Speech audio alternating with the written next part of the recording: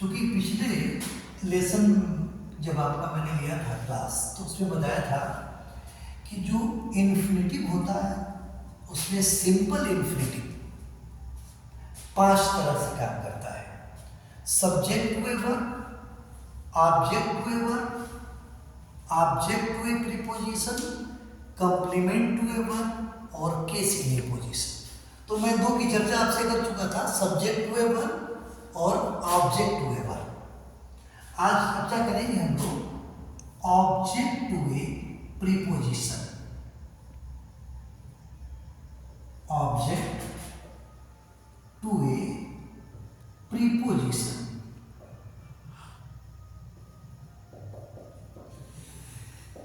Object to a preposition, इसमें जो verb होती है वह बेसिकली तौर पे जो प्रीपोजिशन होता है, जिसे हम संबंध कारक कहते हैं, उसका ऑब्जेक्ट होकर प्रयोग होती है।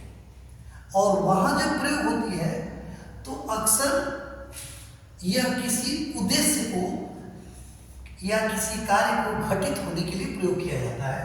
जैसे मैं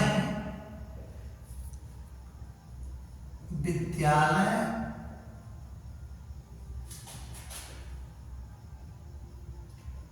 जाने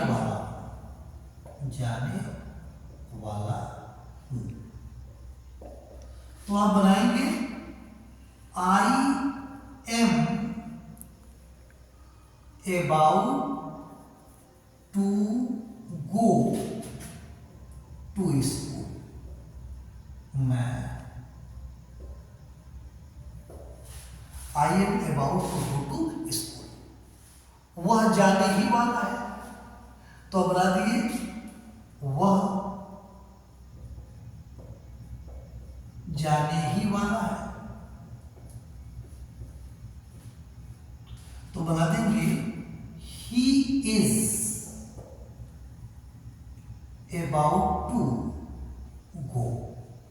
ही इज अबाउट टू गो, अर्थात जब प्रीपोजिशन के बाद वर्ब इन्फिनेटिव के रूप में प्रयोग हो तो उसे हम लोग कहते हैं ऑब्जेक्ट टू ए प्रीपोजिशन। जब इसका चौथी भाग पढ़ते हैं हम लोग तो वह होता है complement. Complement to a verb. Complement to a verb, अर्थात क्रिया के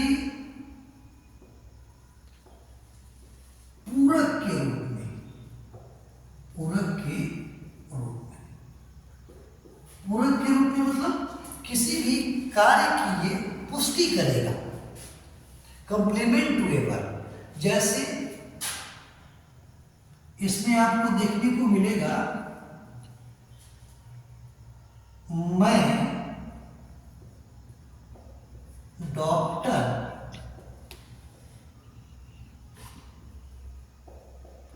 बनना चाहता हूं, तो ये चाहना डॉक्टर बनने को पूरा कर रहा है। तो क्या बनाएंगे आई वांट टू, मैं क्या चाहता हूं, तो ये पूरा करता है कि आई वांट टू बिकम।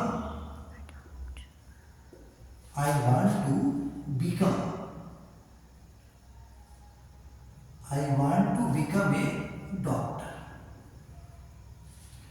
मेरी इच्छा एक घर खरीदने की है। मेरी इच्छा एक घर खरीदने की है, तो क्या बनाएंगे माई डिजायर।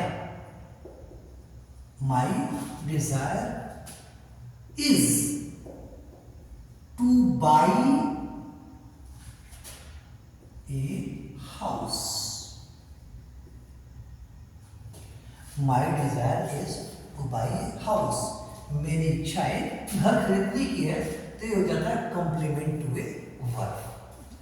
अब इस इन्फिनेटिव का जो दूसरा जुड़ा हुआ पहलू है, जिसमें हमने नॉन फाइनाइट की जब चर्चा किया था तो बताया था कि नॉन फाइनाइट तीन तरह से होता है, तीन तरह से बनाया जाता है।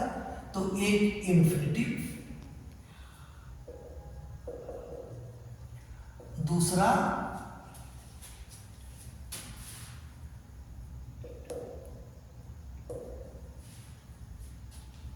पार्टिसिपेंट और तीसरा जेरेंट।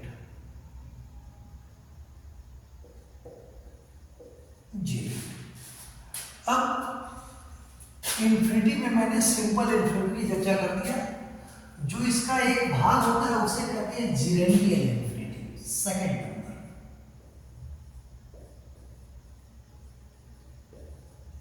जीरेंडियल infinity, gerundial infinity. तो जीरेंडियल इन्फिनिटी क्या है?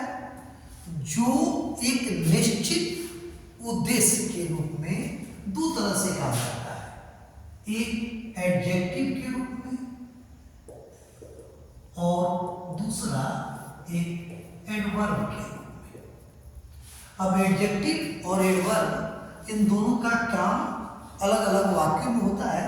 इसका वर्णन जो है हम अगले आपके लेसन में करके बता देंगे कि ये एडजेक्टिव की तरह कैसे काम करता है और एडवर्ब की तरह कैसे